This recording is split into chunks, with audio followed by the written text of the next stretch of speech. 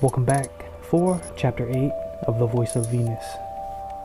An astral tour and a series of dreams given to Ernest Norman in the 1950s. And if you're thinking that this is all just fantasy or delusion, I invite you all to find exactly how I found these books and how I was given validation that these aren't just fantasy, being very much connected to some of our realities here. And I'll link this video in the top right corner of your screen that describes the manner in which I found these books in 2001 if you haven't seen that. It also contains some of the history of the author's life as it's read from the preface and forward.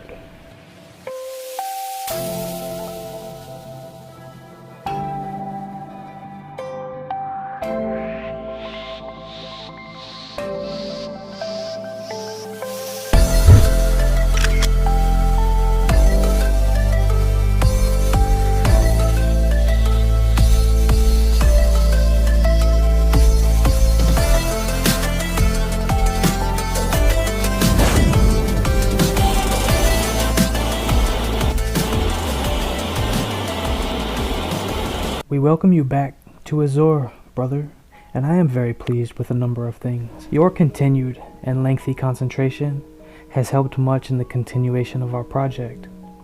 I see now that you are able to make contact and arrive here almost unassisted. I see also that you are beginning to expand your consciousness in your own inner eye to a point where I believe shortly you will be able to see everything about you here as it really is. I had thought at first that it might be necessary to keep part of this hidden, as well as to conceal you, as the strangeness and strength of this world might upset you. However, I am grateful for your many years of psychic work, which will now enable us to progress more normally.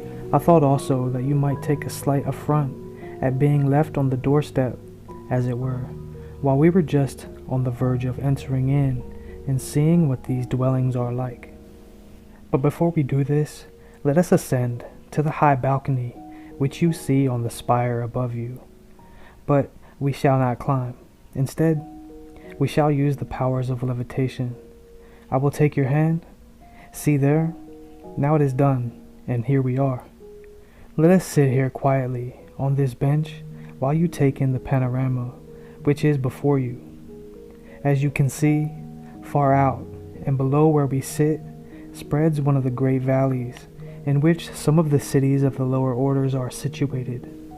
In your earth cities, the social structures are such that a man's place of dwelling is most often determined by your commercial system of finance or how much he has in a bank.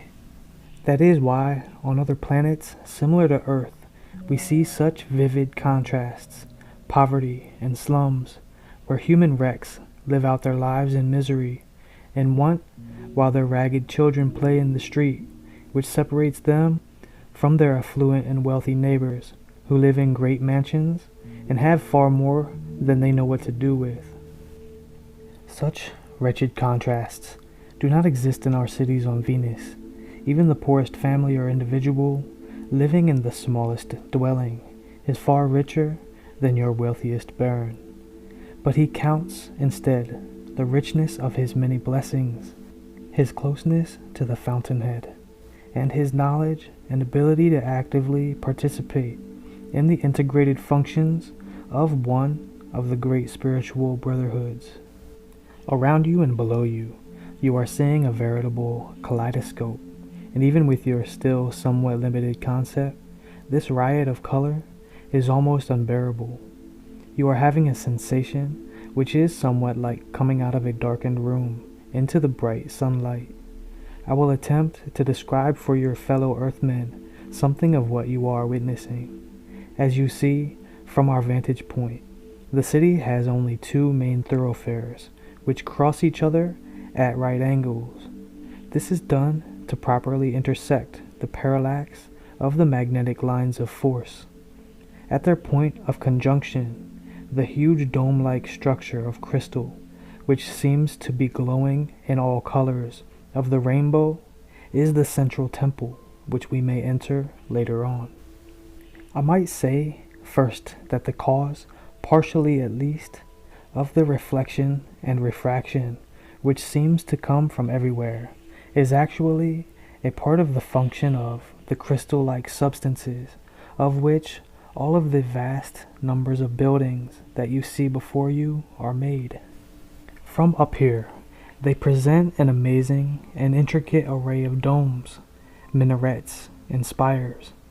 Balconies and galleries sweep around the sides in many places, like the one we are sitting in, festooned with an infinite number and variety of plants and blossoms.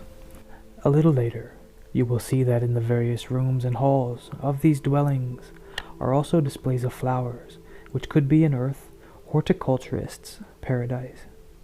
You will notice also that there are no windows in any of these dwellings.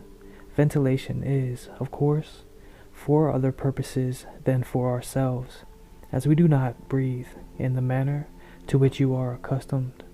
Your bodies need oxygen as a means of combustion. You might say your bodies are actually internal combustion engines and, in a sense, function much the same as your automobile. Here, however, our body needs are not supplied from external sources of food and oxygen, but come from radiant energy from the inner consciousness.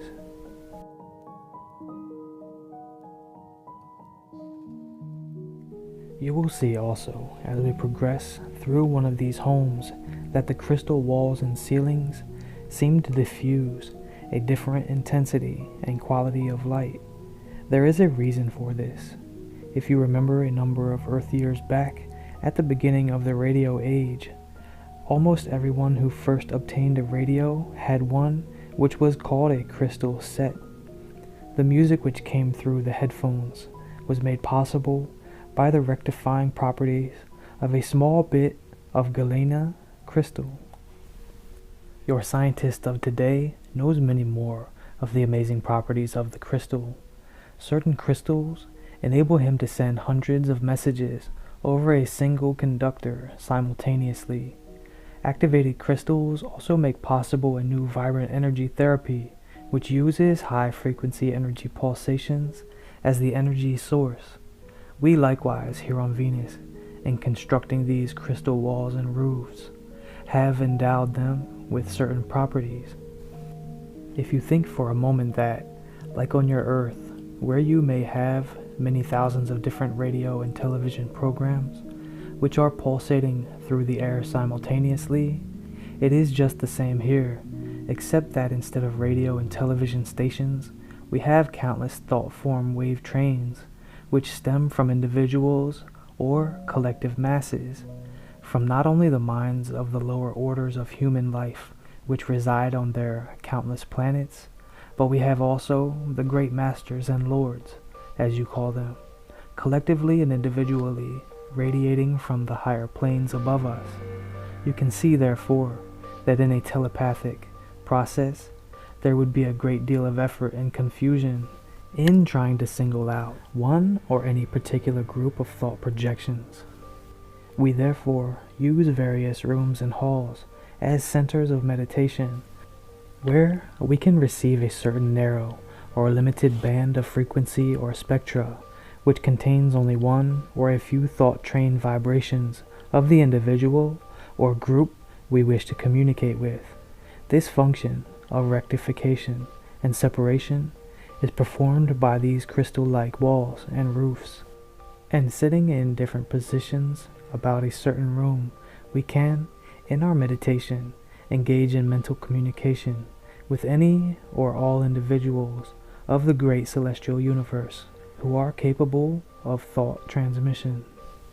As you will notice, even a single home or dwelling appears to be of vast and tremendous size. This is quite true. A single home may often contain as many as 1,000 persons. While we speak of each other as a family, brother and sister, or father and mother, yet there are no actual blood ties, as I have explained. Birth with us is materialization. The question of family relation resolves into one of harmonic relationship. If I can again use a familiar reference, it is like a chord on a piano keyboard.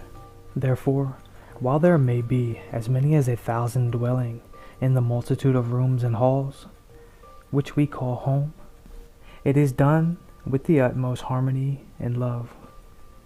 Thousands of years ago, when each of us first began to assume a small portion of self-mastery, we eliminated through our numerous reincarnations, one by one and step by step, all of the selfish, grasping attitudes which the average lower order of earth people seem to find necessary for their daily existence, and, as these were eliminated, we replaced them with the pure spiritual attributes of spiritual understanding in all our relationships with the great brotherhood of man.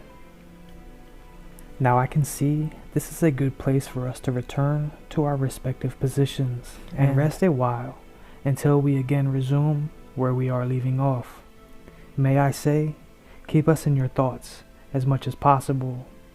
Remember that we here on Venus are constantly radiating our strongest thoughts to our beloved sister, who is so patiently performing the task of writing this narration that she may not be troubled by discontinuance, for our brother is a missionary to the earth plane to help in opening the doorway which will admit mankind into the new era of spiritual prosperity, one which will encompass not only your earth plane, but also countless planets throughout this great celestial universe.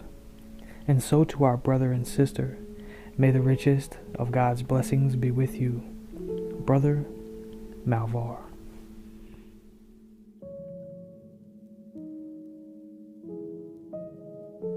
Chapter 9, The Still, Small Voice of Spirit.